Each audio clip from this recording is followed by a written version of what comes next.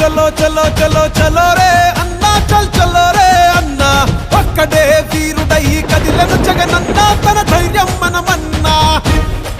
పోలవరాన్ని తన ఏటీఎం గా మార్చుకున్న చంద్రబాబు గురించి వెన్నుపోట్లు పార్టీలు మార్చడం తిట్టిన వారిని శంకరెక్కడం వంటి విద్యల్లో బాబు నిపుణుడు, అత్యంత అవినీతి పరుడని చెప్పిన నోటితోనే ఇదే మోడీ గారు మళ్ళీ చంద్రబాబును తమ ఎన్డీఏ గూటికి వచ్చాడు కాబట్టి ఇంతకంటే గొప్పవాడు లేడు అని చెప్పి ఇవాళ చెప్తా ఉన్నాడు అని అంటే ఒక్కసారి ఆలోచన చేయమని అడుగుతా ఉన్నా. రాజకీయాలన్నది ఏ స్థాయికి దిగజారిపోయాయో ఒక్కసారి గమనించమని అడుగుతా ఉన్నా. మాటలు మారుస్తా ఉన్నారు అని అంటే నేను అడుగుతా ఉన్నా, ఎవరైనా రండి చేద్దాము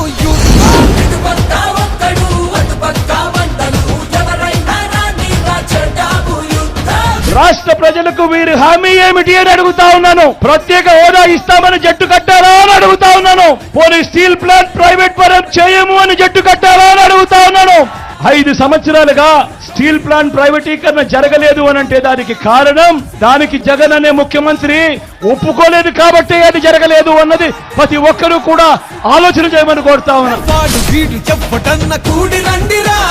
ఆంధ్రలోని ప్రతి గడపను అడిగి చూడరా, పెద్ద కొడుకులాగా జగన్ సేవలు చేస్తున్నాడంటూ మళ్ళీ తప్పక ఫ్యాను గుర్తుకు పోటేస్తామంటూ ఇటు పక్క ఒక్కడు అటు పక్క పొందలు ఎవరండి చెప్పినా మా గెలుపు తథ్యం. విశాఖను ఎగ్జిక్యూటివ్ రాజధానిగా చేయటమే కాక రేపు జూన్ 4వ తారీఖున దేవుడు ఆశీస్సులతో ప్రజలందరి చల్లని దీవెనలతో మీ బిడ్డ ప్రమాణ స్వీకారం చేసేది, ఆ తర్వాత పాలన కొనసాగించేది విశాఖపట్నం నుంచే అని కూడా చెప్పడానికి గర్వపడతా ఉన్నా.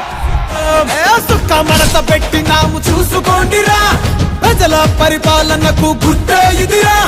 మేనమామలాగా జగన్ వెన్ను తన్నుకున్నదంటూ రాజన్న రాజ్యాన్నే మళ్ళీ సాధిస్తామంటూ ఇటు పక్క